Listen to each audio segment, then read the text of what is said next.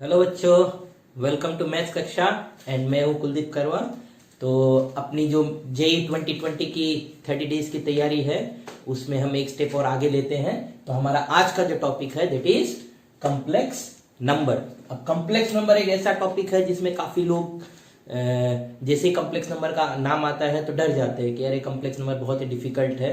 But अगर JEE mains के उससे अगर पॉइंट ऑफ व्यू से अगर आप देखोगे तो it's a very easy topic because short आप 4 नंबर ला सकते हो, क्योंकि कुछ स्टैंडर्ड से ही सवाल है जिसी से आपको क्वेश्चन आने वाला है। तो अगर आप वो बेसिक से क्वेश्चंस देख लोगे, कुछ बेसिक टेक्निक्स होती है, शॉर्टकट्स होती है, अगर वो देख लोगे तो 100% यू कैन बी श्योर कि एक सवाल तो आना ही है और वो आप 100% क्रैक कर पाओगे। ठीक है, तो आज हम लोग वही देखने वाले हैं, कुछ स्टैंडर्ड से question. And I am almost 100% sure कि अगर आप ये सारे क्वेश्चन अच्छे से देख लोगे तो यू कैन बी श्योर कि हाँ एग्जाम में मैं पक्का से 4 नंबर तो पक्का मेरे हाथों में है, एकदम जाने नहीं दूंगा। ठीक है, तो नेक्स्ट कुछ स्लाइड्स में पहले इसके बेसिक जो भी कंसेप्ट है, जो भी शॉर्ट फॉर्मूलेज वगैरह है वो सब देख लेते हैं, फिर उसके बाद एक एक कर जो भी क्वेश्चंस हैं उनकी तरफ बढ़ते हैं। ओके बच्चों, चलिए लेट्स गो।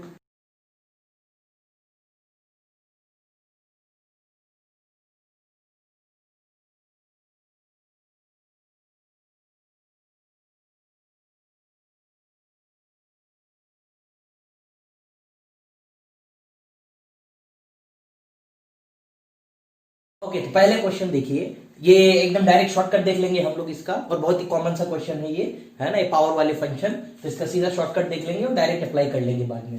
1 प्लस आयोटा की पावर 31 एंड 1 माइनस आयोटा की पावर 31 दोनों को सम करके बोला है। ठीक है, तो अब पावर में आपको पता ही है आयोटा का स्क्वायर क्या होता है, -1 है। तो ये दो चीजें आप याद रखिए। 1 प्लस आयोटा का जो स्क्वायर होगा, ऑब्वियस सा बात है 1 और ये -1 हो जाएगा आयोटा स्क्वायर, तो 2i बचेगा।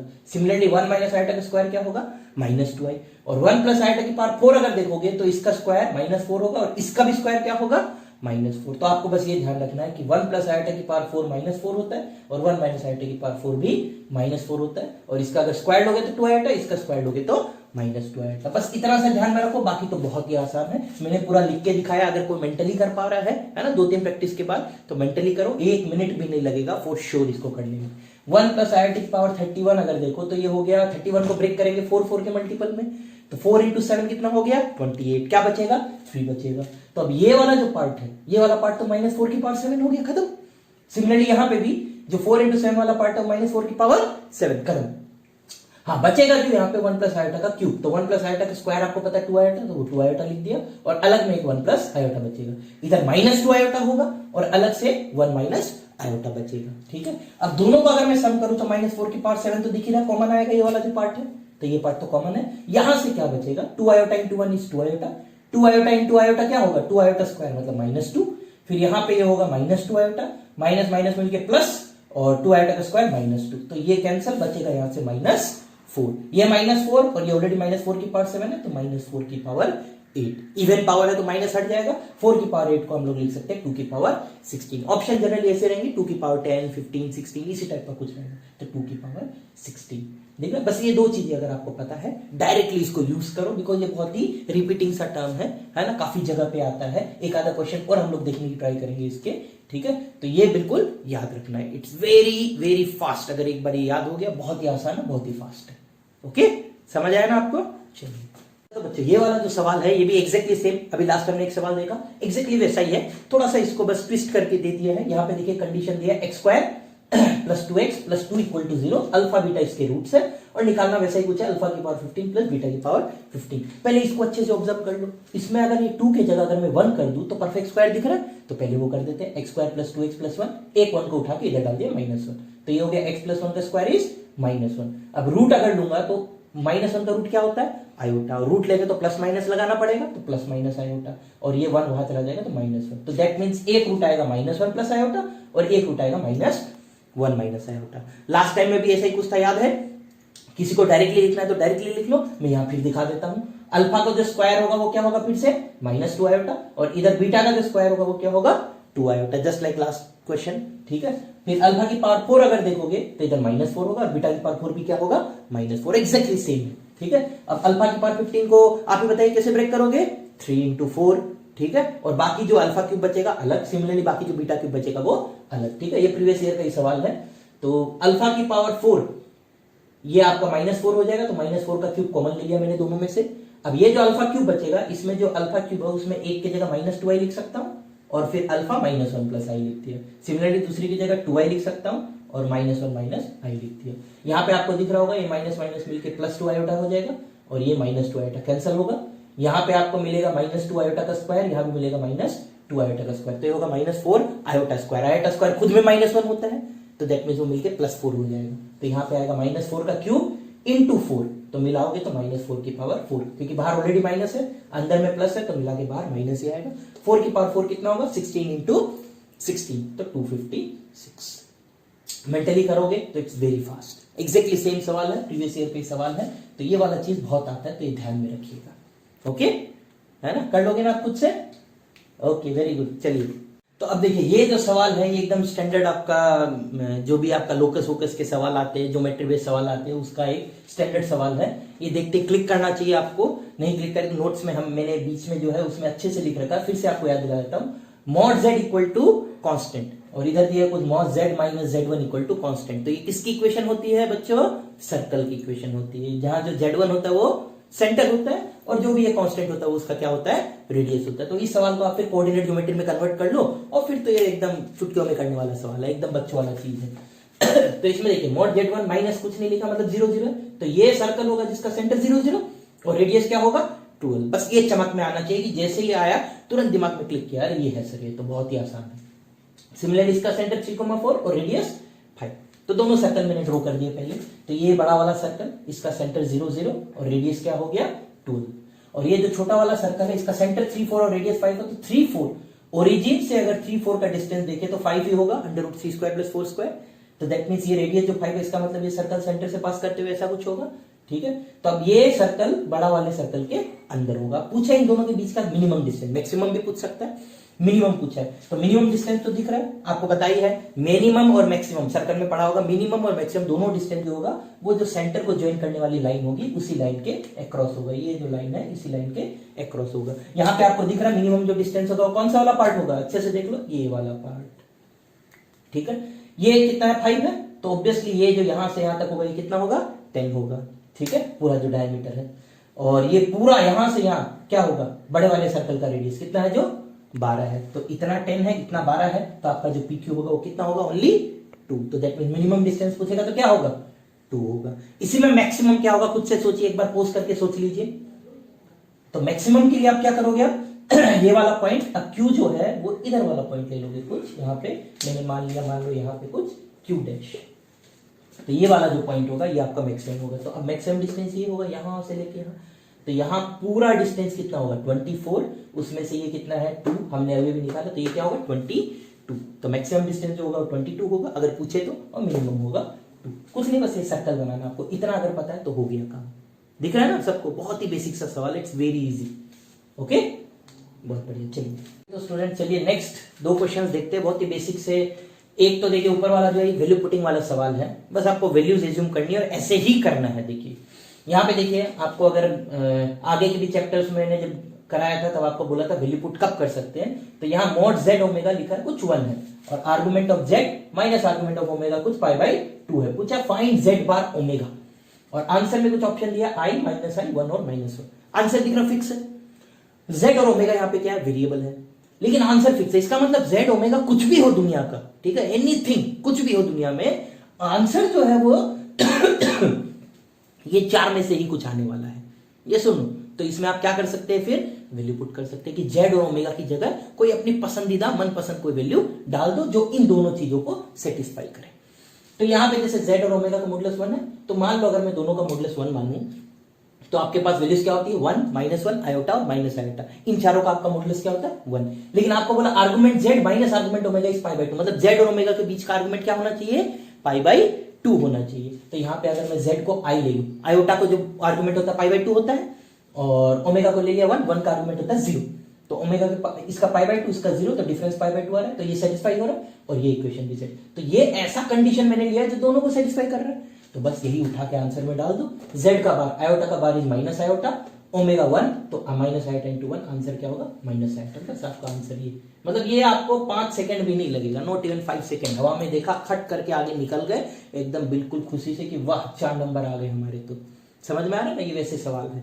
ठीक है, दिखने में दिख रहा है ना बहुत ही आसान, लेकिन वही है कि आपको दिमाग में बार बार रखोगे तो एग्जाम में क्लिक करेगा। ठीक है, सॉल्यूशन देख के तो बहुत ही इजी लगता है, ऐसे लगता है अरे ये तो एग्जाम में मैं पता नहीं फोड़ ही दूंगा एकदम। ठीक है, बट लेकिन उस समय उस प्रेशर में क्लिक करने के लिए आपको बिल्कुल प्रैक्टिस, बिल्कुल तैयारी रखनी पड़ेगी कि आप उस समय ये क्लिक कर पाए। तो 2-4 ऐसे सवाल करोगे, दिमाग में रखोगे कि ऐसा करना है, तो हो पाएगा एग्जाम में। क्लियर है एकदम। नेक्स्ट देखिए, ये भी एकदम सिंपल सा है, एकदम बेसिक मैथमेटिक्स का है। रियल पार्ट ऑफ z का modulus plus imaginary part of z का मॉडुलस इक्वल टू 4 दिया है। नाउ z आपको पता है x प्लस i y होता है। अब रियल पार्ट ऑफ z क्या है इसमें, x, और इमेजिनरी पार्ट ऑफ z क्या है, y। तो दैट मींस ये जो इक्वेशन है कुछ नहीं, mod x plus mod y equal to 4। Basic एकदम मैथ्स का, बेसिक मैथमेटिक्स का एकदम सवाल है। Mod x plus mod y equal to 4। अब mod x plus mod y equal to 4 आपको पता ही है, लेकिन से पहले मानते हैं हम पॉजिटिव है, तो x plus y equal to 4 का लाइन ऐसा होता है। अब यहाँ मोड x और मोड y लिखा है, इसका मतलब ये चारों क्वाड्रेंट में ऐसा होगा। ये ग्राफ किसी को अगर नहीं आता हो तो ये बिल्कुल याद रख लीजिए, कहीं नोट करके लिख दीजिए। Mod x plus mod y equal to constant का ग्राफ ऐसा आता है, इट्स ऑलवेज ए स्क्वायर, ऐसे। ठीक है, टिल्टेड सा स्क्वायर होता है, जहां पे ये वैल्यूज क्या होगी 40 और 04। अगर ये कुछ 6 होगा तो 60 और 06 ऐसा कुछ है। ठीक है, तो इस पे लाई करने वाले जितने भी पॉइंट है वो इसको सेटिस्फाई कर रहा है। अब आपको सवाल में पूछा range of mode z, range मतलब क्या होता है, मैक्सिमम और मिनिमम। तो यहां पे अगर देखोगे तो ये आपका ओरिजिन है, अगर z का मैक्सिमम डिस्टेंस देखोगे तो यही वाला होगा, तो वो तो दिख ही रहा कितना होगा 4। और मिनिमम क्या होगा, जो इस लाइन का यहां से क्या हो शॉर्टेस्ट डिस्टेंस हो, परपेंडिकुलर डिस्टेंस हो।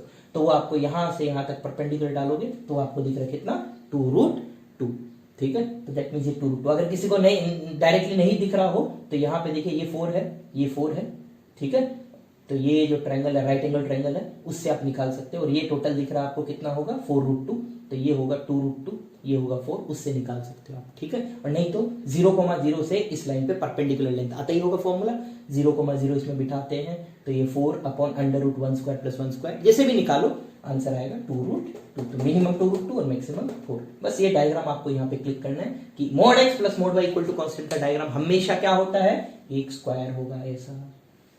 क्लियर है। और डिस्टेंस के लिए या तो डिस्टेंस फॉर्मूला लगा दो, ये आपको दिख रहा है ये सारे एंगल क्या है, ये 45 डिग्री 45 डिग्री दिख रहा है, तो ये और ये बराबर होगा। ठीक है, 45 डिग्री दिख रहा होगा सबको, तो ये और ये बराबर होगा। तो ये जो है पूरा 4 और 40 के बीच का डिस्टेंस 4√2 है, तो आधा क्या होगा 2√2, तो 2√2। क्लियर है, दिख रहा है ना, बड़ा ही आसान है कॉम्प्लेक्स नंबर। जेईई मेंस के point of view it's very very easy. ठीक है, बिल्कुल नहीं छोड़ना है। ओके, समझ आया ना।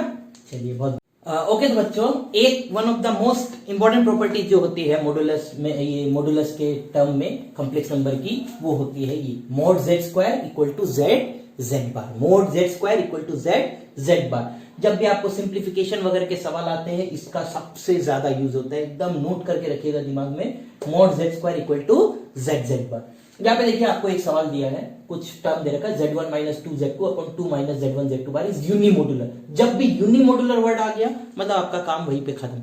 यूनिमोडुलर मतलब क्या होगा, मॉडुलस 1, तो ये वाला जो मॉडुलस है 1 है, तो z बार भी क्या होगा 1। तो जब भी मॉडुलस का सवाल है हमेशा उसको क्या करना है, मॉडुलस का जो स्क्वायर होगा, यूनिमोडुलर कभी भी बोल दे, आपका कंडीशन क्या होगा z bar equal to 1। Mod z 1 है, बट आप हमेशा क्या लिखोगे सॉल्व करने के लिए z बार इक्वल टू 1।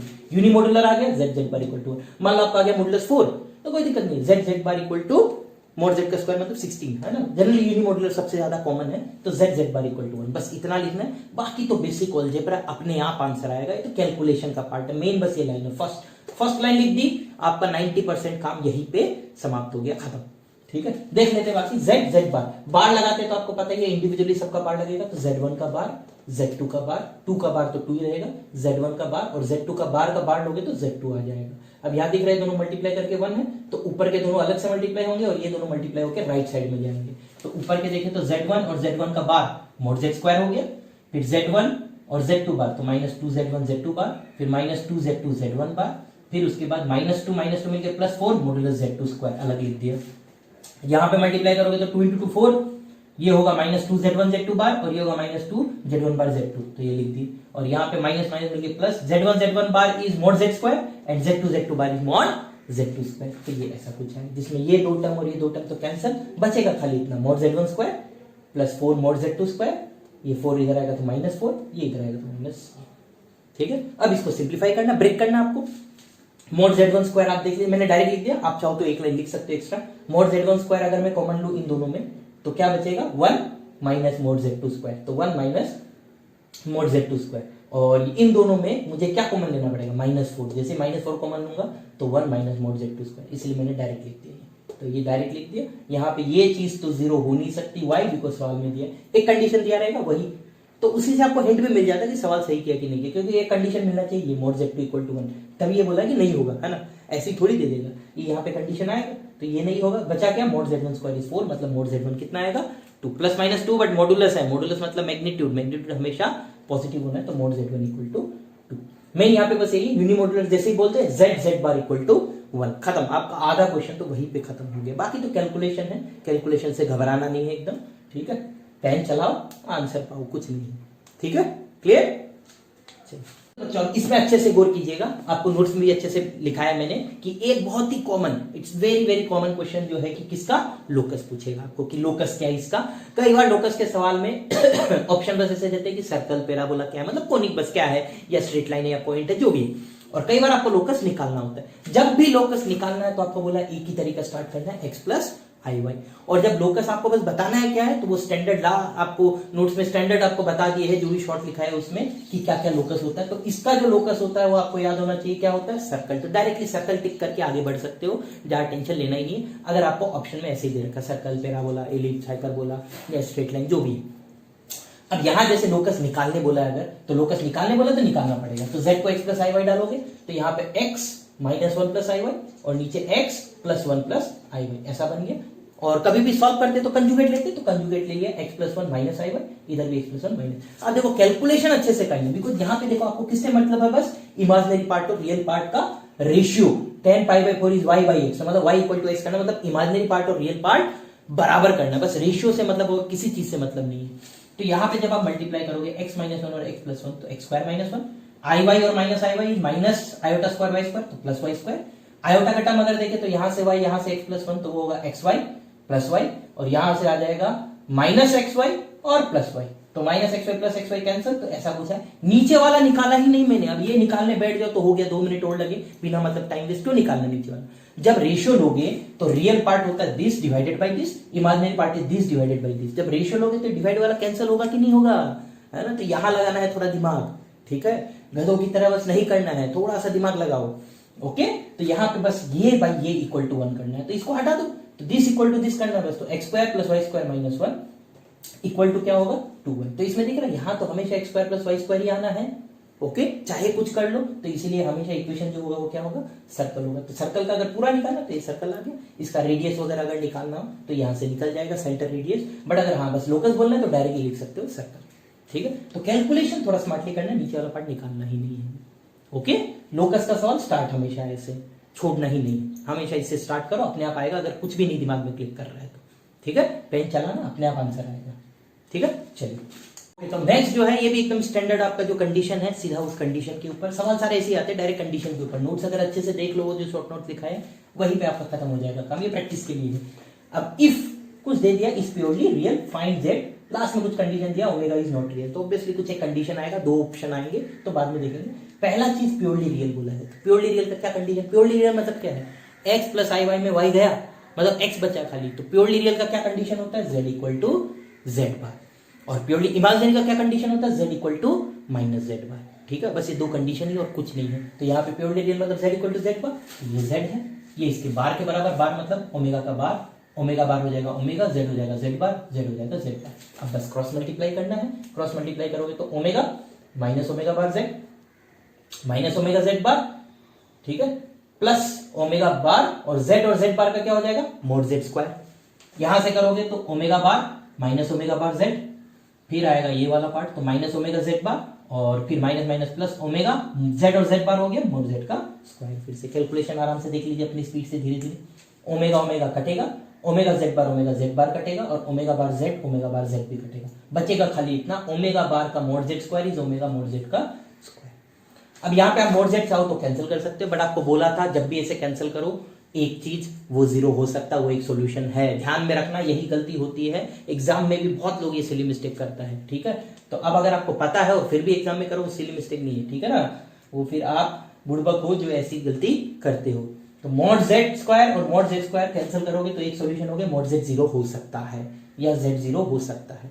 अब अगर काट दोगे तो क्या बचा, omega equal to omega bar. कब होता है z equal to z bar, omega equal to omega bar, when omega is purely real. तो एक सॉल्यूशन है ओमेगा रियल और एक सॉल्यूशन है जेड जीरो। यहाँ क्या लिखा है, ओमेगा इज नॉट रियल, तो दैट मींस ये नहीं होगा। तो एक ही ऑप्शन बचा क्या, जेड इक्वल टू जीरो। दिख रहा है ना, ज्यादा टाइम नहीं लगेगा, विद इन 1 मिनट। ये सारे 1-1 मिनट के सवाल होते हैं कॉम्प्लेक्स नंबर के, अगर आपको कंडीशन पता और कुछ नहीं, ठीक है ना, क्लियर, ओके। तो बच्चों देखिए, एक नंबर 9 ये क्वेश्चन जो है, ये लास्ट वाला जैसे क्वेश्चन आपकी प्रैक्टिस के लिए दिया है, ठीक है। आप खुद से भी यहाँ पे पोज करके खुद से भी ट्राई कर सकते हो। z equal to this is real, just like last question, real बोला है, फाइंड आर्गुमेंट ऑफ समथिंग बोला। आर्गुमेंट मतलब क्या होता है, tan थीटा, ठीक है। tan थीटा इक्वल टू जो भी ये y बाई एक्स होता है, वो बात का बात है।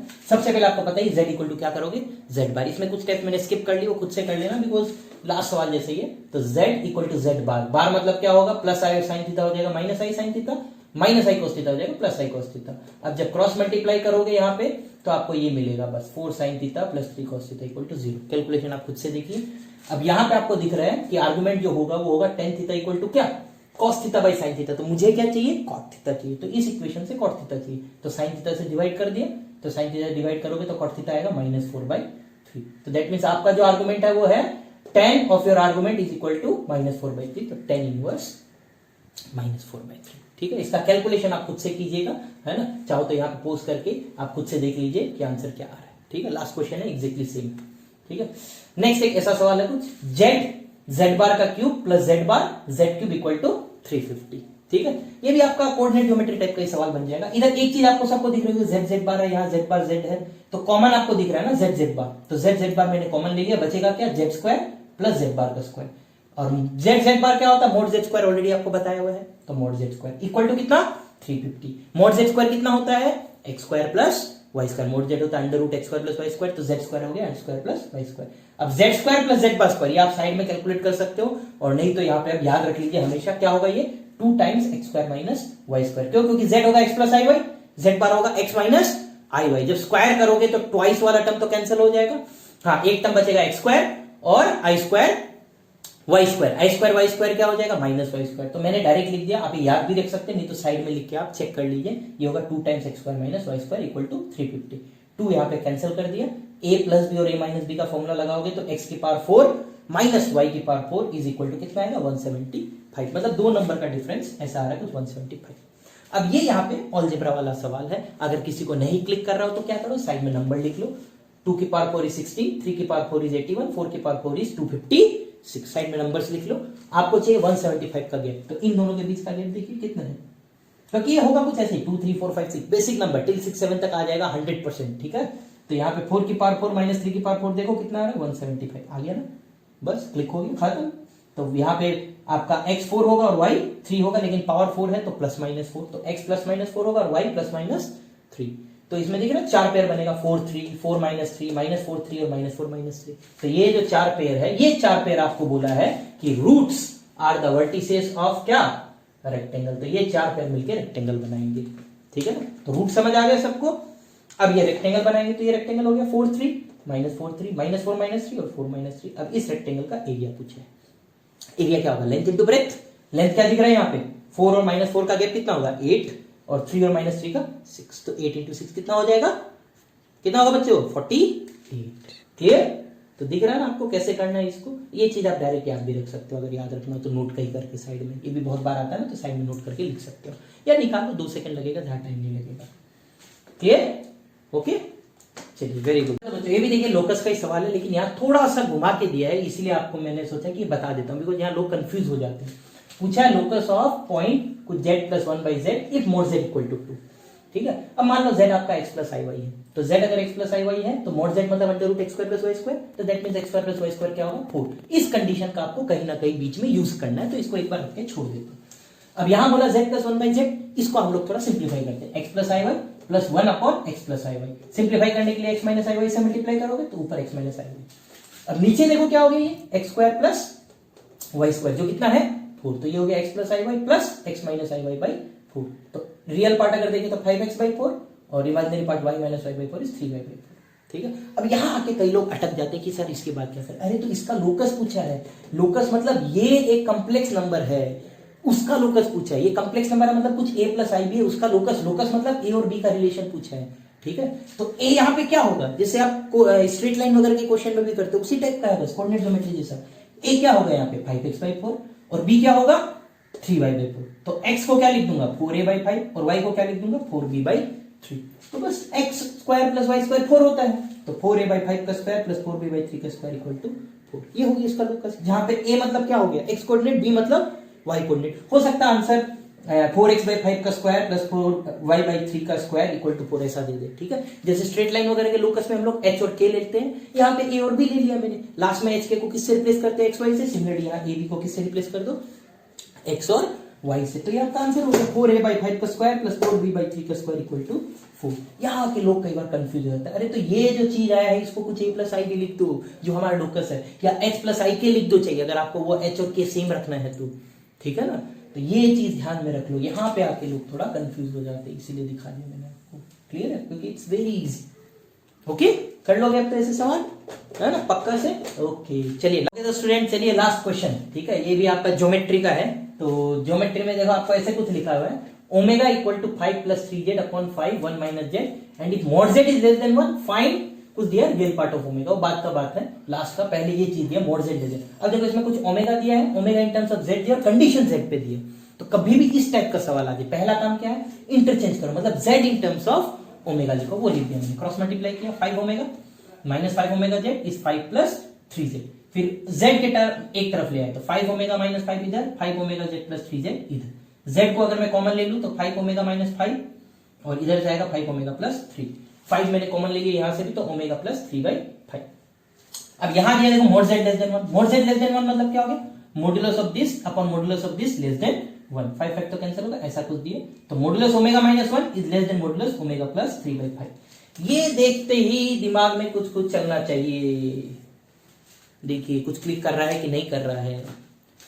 इक्वल टू अगर मैं कर दूं इसको, mod omega -1 equal to mod omega + 3/5, तो किसका इक्वेशन होता है, mod z - z1 equal to mod z - z2 perpendicular bisector का। अगर लेस देन या ग्रेटर देन दे दे मतलब या तो परपेंडिकुलर बाइसेक्टर का राइट वाला एरिया या फिर लेफ्ट वाला एरिया, वो खोजना पड़ेगा। तो पहले हम लोग इसको प्लॉट कर देते हैं। ओमेगा -1 का मतलब 1.1,0 है और 1.-3/5,0, तो -3/5,0 और 1,0। ठीक है, ये पॉइंट हो गए। पॉइंट दिख रहे हैं सबको, ठीक है। तो ये पॉइंट हो गया आपका -3/5,0 और 1,0, सबको दिख रहा है। अब देखिए यहाँ पे जो मिडिल वाला पॉइंट होगा वो क्या होगा, इन दोनों का जो मिड पॉइंट होगा, इन दोनों का मिड पॉइंट क्या दिख रहा है आपको 1/5,0। ठीक है। तो ये जो परपेंडिकुलर बाइसेक्टर वाला लाइन होगा ये होगा x = 1/5, क्योंकि दिख रहा है इसका 1/5 कांस्टेंट है।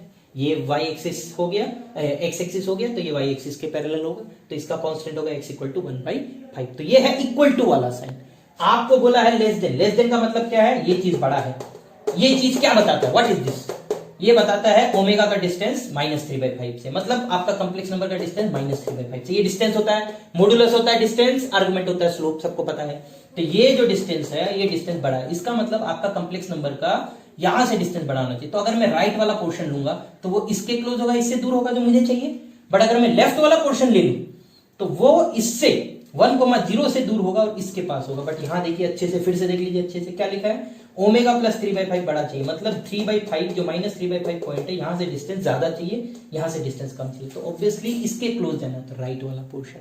तो दैट मींस आपका जो कॉम्प्लेक्स नंबर होगा वो क्या होगा कि उसका जो x वाला पार्ट है वो 1/5 से क्या होना चाहिए, बड़ा होना चाहिए। तो यहाँ पे आपको पूछा find real part of omega, तो रियल पार्ट ऑफ ओमेगा मतलब x, तो क्या होगा real part of omega, always greater than 1/5। देखिए समझ आ रहा है सभी को। ओके, ग्रेटर देन दे देगा, ज्यादा से ज्यादा थोड़ा ये दे देगा ग्रेटर देन या लेस देन, समझ आ रहा है ना। तो दिस इज इट। यहां तक अगर आप ये जो क्वेश्चंस किए हैं तो आई एम ऑलमोस्ट मतलब 99% श्योर कि आप इस टाइप के अगर क्वेश्चन कर लो, ये 12 क्वेश्चन और जो नोट्स आपको लिख रखे हैं, तो ऑलमोस्ट आपका कोई भी क्वेश्चन आएगा तो +4 आप अपने जो भी JEE 2020 का एग्जाम दे रहे हो उसमें काउंट करके चल सकते हो कि 4 नंबर तो आपको मिल ही गए। ठीक है ना। ओके, आराम से इसको 2 बार 3 बार देखिए, बढ़िया से देख लीजिए, एक एक सवाल यहाँ का अच्छे से गो थ्रू कर लीजिए। ओके, तो ये उम्मीद करता हूँ ये चैप्टर भी आपका डन हो गया है। ठीक है, तो thanks a lot guys for watching this channel, है ना। यही मकसद था आपको कि आप इसको देख के जेई में कुछ अच्छा स्कोर कर पाओ, तो उससे मेरा मोटिव पूरा हो जाएगा। अगर आपके 12-15 नंबर भी बढ़ जाएंगे तो ह्यूज डिफरेंस हो जाएगा ये रैंक में आपके, ठीक है। 4-4, 10-10 नंबर पे बहुत ज़्यादा रैंक बूस्ट हो जाती है, ठीक है। तो इसी तरह मुझे देखते रहिए और लाइक करते रहिए, सब्सक्राइब करते रहिए और लोगों के पास भी शेयर करते रहिए, ठीक है, ताकि मैं और भी इसी टाइप के वीडियोस बनाते रहूं। हाँ, कमेंट में आप लिख सकते हो अगर आपको कुछ पर्टिकुलर चीज के ऊपर वीडियो चाहिए, तो मैं उस पर भी वर्कआउट करने की कोशिश करूंगा। Okay, thanks a lot guys, bye.